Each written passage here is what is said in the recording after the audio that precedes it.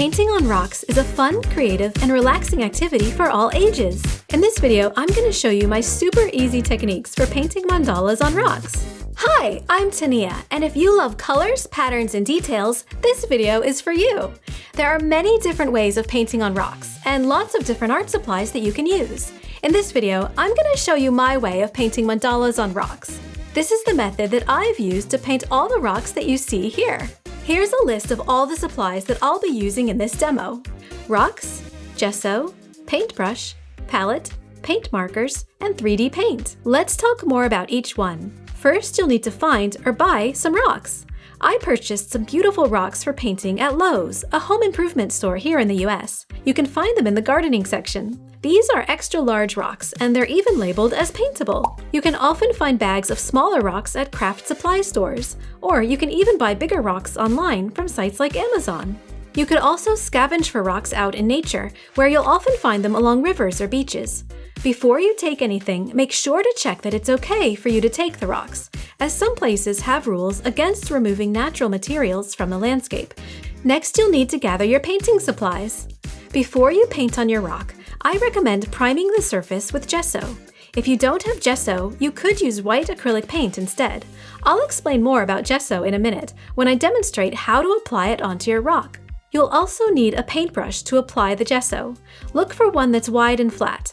A paint palette is also handy, but if you don't have one, you can just squeeze your gesso onto an old magazine, which is what we used to do in art school if we forgot to bring our palette that day. To paint on my rock, I'll be using Posca paint markers. I love their range of colors, which are quite vivid and opaque, which makes them perfect for my style of art. You can use any brand of paint markers that you want. I'll also be using 3D paints to add pops of color, dimension, and glitter. My favorite brands are Ranger Stickles and Nuvo Crystal Drops. So now that we've got our rock painting supplies, let's begin! The first thing you'll want to do is thoroughly clean your rocks to remove any loose dirt or debris. The rocks that I bought were just a little dusty, so I washed them in my sink and scrubbed them with a brush. Then I set the rocks outside to dry. Make sure that your rocks are completely dry before you go on to the next step. Now we're going to prime the rock using gesso. For this, you'll need your paintbrush, paint palette, and bottle of gesso. Applying gesso is really easy.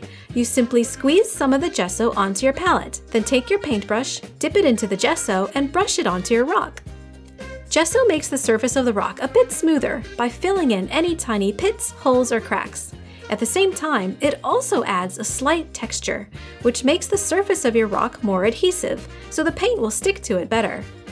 Another benefit of priming your rock is that the gesso helps the paint look more vibrant and saturated.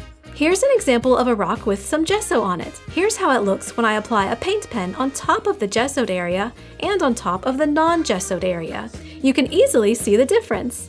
The paint on top of the gessoed area is way more vibrant and looks great with just one application of paint. The area that is not gessoed looks a lot darker because the color of the rock is showing through. So if I wanted the pink to be more opaque, I'd need to add another layer or two of the paint marker, which over time can become a waste of paint if you do this repeatedly. After letting the first layer of gesso dry, I apply one more layer to help create a whiter surface on this rock. If you don't have any gesso, you could use acrylic paint instead, because they are kind of similar. The main differences are that gesso is thicker, dries harder, has a slight texture, and tends to have a more matte appearance. But if you already have some acrylic paints on hand and you don't want to spend the money to buy gesso, then a coat or two of acrylic paint can also do the trick to help get your rock ready for painting. I'm brushing on the gesso, but you can also buy gesso in a spray can and spray it on. Similarly, you could also use spray paint. Be sure to let the gesso dry completely before you paint on it. I usually like to gesso several rocks at the same time. For these two rocks, I used acrylic paint to create a base layer. For the other three rocks, I used gesso. Now it's time to paint our mandala design. Start by adding a circle to the center of your rock. Then use a different color to outline that circle, and draw a larger circle around it and fill it in. Notice that the colors look really nice and vibrant on top of this white surface. Take another color and draw another bigger circle around the previous one and color it in. For these large areas, I'm using Posca PC 5M paint markers, which have a nice big bullet tip. Now take another color and add another circle around your previous circles and color it in. These circles are going to be the base layer, and we'll be adding lots of shapes and patterns on top. Let's add another circle of color. I find that it helps to outline the circle first and then color it in. I'm going to add one more circle of paint so that when you view the rock from the top, the whole thing is filled with color. It's up to you how much of the rock you want to cover with paint. If you wanted, you could let the sides of the rock remain natural. Now the fun really begins. We're going to add shapes and patterns to our rock to create a mandala design. If you wanted, you could use a pencil to sketch your mandala onto the rock and then paint it in. But what I prefer to do is to just make up the design as I go along. We'll start in the center again and add simple petals, going up, down, left, and right, rotating the rock as needed. If you're drawing a mandala freehand, this is an easy way to get started. Now let's use a different color and add larger petals, keeping them aligned with the smaller petals. Now draw more petals in between the previous ones, using a different color for contrast. After you put down a shape or two, your goal is to basically fill in any gaps in between those shapes, which is what I'm doing here, with white petals that go in the opposite direction. Now I'm using a blue color to add more petals to the center. It was important that the purple petals dried first, before I added more petals next to them, otherwise the wet purple paint would have smeared. So that's something to keep in mind, whether you're using paint pens like I am, or acrylic paint with a paintbrush. When you want to overlap colors, or even place them right next to each other, it's best to let the previous layer dry first, to prevent the colors from bleeding together or smudging. So that's why in this video, you'll see me jumping around to add color to different parts of this rock, and then coming back to certain areas later. It's all because I need to let the paint dry in between applications. So now that this purple paint is dry, I can add yellow petals on top. And now I'm adding another layer of white paint on top of these white petals to make them look more opaque. Then I add a white dot in the center of this rock.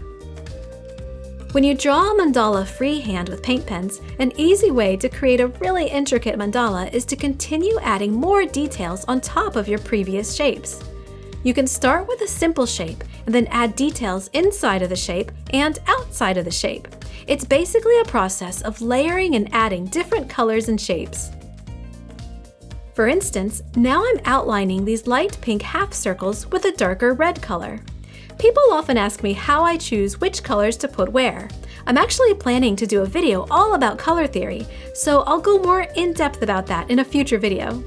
For now, it's worth mentioning that if you're using acrylic paints or acrylic paint pens like these Poscas, if you want to change a color later, you can always go over it with a different color. That's one of the great things about painting with acrylics, is that you can easily fix mistakes or change colors by just painting over them. So you don't need to worry too much about making mistakes. Acrylics are a very forgiving medium. Another thing I can say about choosing colors is that if you want your artwork to pop, then place contrasting colors next to each other. That's why I'm adding this dark red around this yellow circle to create more contrast.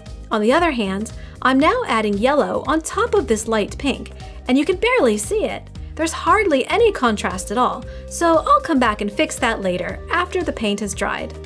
In the meantime, I'll add some contrast here by outlining this circle with a dark red paint marker. If a color doesn't turn out as opaque as you want, feel free to go over it again, like I'm doing here with these orange circles. Now I'm adding a white outline to these circles to create more contrast. Notice how it's making these circles really pop. Now I'm using a fluorescent yellow Posca to go over the yellow lines I did before. You can see how this yellow stands out way more than the other yellow.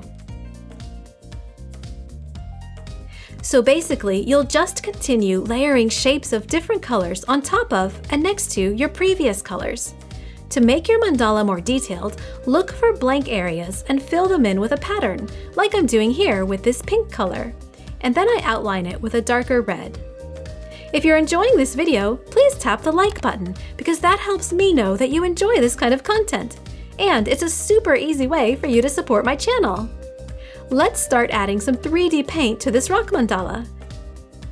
To do this, hold the bottle directly above the rock and gently squeeze, then lift straight up. If you've never used 3D paints before, it's best to practice first on a piece of paper so you get a hang for what it feels like. 3D paints take longer to dry than paint pens, so after you apply 3D paints to your rock, you'll want to make sure you leave enough time for the 3D paint to dry before you work on the rock again. Otherwise, the 3D paint might smudge. How long it takes to dry depends on the brand, as well as how much you use. Sometimes the 3D paint can be dry to the touch after just 15 or 20 minutes, but it won't be fully dry for several hours, and sometimes it takes overnight, so just be careful. I applied the 3D paint to the inner parts of my mandala, so as long as I'm mindful about it, it's okay for me to continue painting around the outer edges of the mandala like I'm doing now. I just have to remember to be really careful not to touch the center part of my mandala. So now I'm just carrying on, adding more shapes in different colors, gradually building up my mandala design, and slowly it's becoming more and more intricate. This is not a fast process by any means. It usually takes me several hours to create one detailed rock mandala, depending on how big the rock is. Plus, when you factor in waiting for the paint to dry, it actually makes a lot of sense to paint on several rocks at the same time. That way, there's always something I could be working on while waiting for the other rocks to dry. That's what I usually do when I paint rocks, but for this video, to keep things simple for you, I'm just painting on this one rock. So by now, you understand the process of adding shapes and details, and I don't want to bore you by getting too repetitive, so let me give you some quick tips about working with paint markers. Most paint markers, like these Poscas, need to be shaken before use.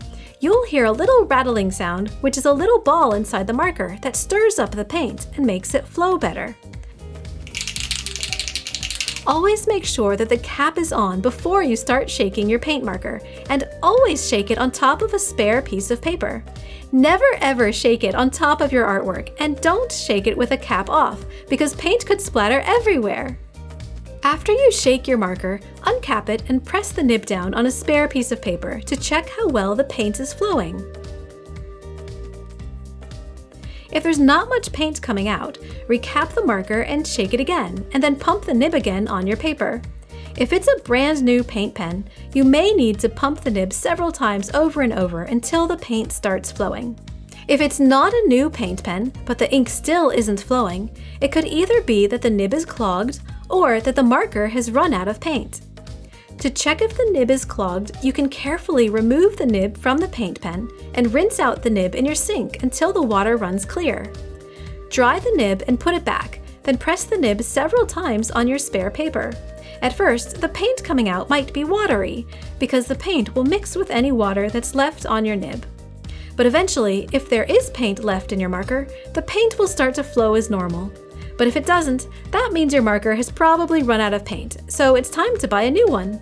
Luckily, Posca paint markers can be purchased individually, so you can buy them one by one as they run out. Now I'm adding more 3D paints. When it comes to glittery 3D paints, Ranger stickles are my absolute favorite. The colors are gorgeous and they are super sparkly. The colors and sparkles look even better after they fully dried, so I can't wait to show you how this looks when it's done. If you want to see more of my art videos, be sure to subscribe to my channel so that you never miss a thing. It's always helpful to make color charts so you can see all the colors that you own, which makes it much easier to choose your colors. I always consult my color charts when I'm making art. Now that we've painted the main design of our mandala, it's time to add even smaller details. These tiny details are what really brings the mandala to life. A perfect way to add extra details is to add teeny tiny dots, like I'm doing here. Posca paint pens are perfect for this because all you have to do is quickly dab the tip of your marker on your rock, so you can quickly and easily create lots of dots. Of course, be sure to check that the paint underneath is completely dry before you do this. Here I'm adding a quick orange underline underneath these white shapes because the white shapes are hard to see on top of this yellow, so adding these simple lines creates more contrast in these areas. To create more complexity, always look for ways to add more details. Here, I'm adding smaller shapes inside these larger shapes. Adding glitter is another way to create contrast, so I look for places to add more of my 3D glitter paints. There might be times when the 3D paint doesn't form a perfect little circle, and that's okay. Like here, too much of the paint came out unexpectedly as I pulled the bottle away, and the extra paint flopped over. It doesn't look like a circle like the other dabs of paint I'm adding, but that's okay. I'm not going to worry about it. As you'll see, in the grand scheme of things, little mistakes like this really don't matter. This mandala will be so detailed that by the end, no one will ever notice tiny mistakes like that. So don't fret over it, just keep going. Now I'm adding a new row of patterns to my mandala as I get closer and closer to the sides of this rock. One thing I like to do is add shapes that overlap the bottom layers, in this case, overlapping the dark red layer and the peachy layer. This helps tie the two differently colored areas together so that in the end it won't look so compartmentalized. I'm doing the same thing now with this fluorescent yellow paint marker. And now I'm adding these orange wavy lines to start tying these shapes together. When you're painting on the sides of your rock like this, you have to be extra careful when you hold it so that you don't accidentally smudge the wet paint. As I work my way around the edges of this rock, I decide to add more dots on top of my previous shapes. And then I add a row of dots along the bottom, where the edge of the paint meets the natural surface of the rock. I paint green circles first and leave enough room so that I can go in and add blue circles next. To help fill in this space, I'm creating wavy lines of little dots. When you get to the sides of your rock, keep in mind that the designs won't be that visible from above, so you don't need to create anything too complicated or fancy on the sides of your rock. It's up to you, but I prefer to keep it kind of simple when I paint the sides of my rocks. Now I'm filling in the remaining blank spaces with white dots. To finish off my mandala design, I'm using this blue-green paint marker to underline my bottom row of circles. After this, I'll add more detail to the rest of the mandala, but I won't be painting any further on the rock beyond these lines that I'm adding now. Because the blue and green circles along the bottom are so similar in color, I add small white dots in between them to help create some contrast in this area. This mandala is nearly done. Deciding whether it's done is really subjective. I personally like a lot of detail, so I'm adding more dots with my glitter paints and a few more tiny dots with my white paint pen. Now it's done! Here's how the rock looks now that it's completely dry. The glitter paint becomes much more sparkly after it's dried. I love it! At this stage, once your rock is completely dry, you could spray varnish it if you want to. But since I keep my rocks inside and I'm very careful with them, I haven't been spray varnishing mine and they're still in perfect condition after several years. So whether or not to varnish is up to you. If you're planning to put your rocks outside, then you'll definitely want to protect them with a coat or two of varnish. If you have any questions about painting on rocks, feel free to ask in the comments section below. If you like mandalas and you want to learn how to create your own mandalas from scratch, check out this video where I show you step by step how to draw colorful, detailed mandalas. See you there!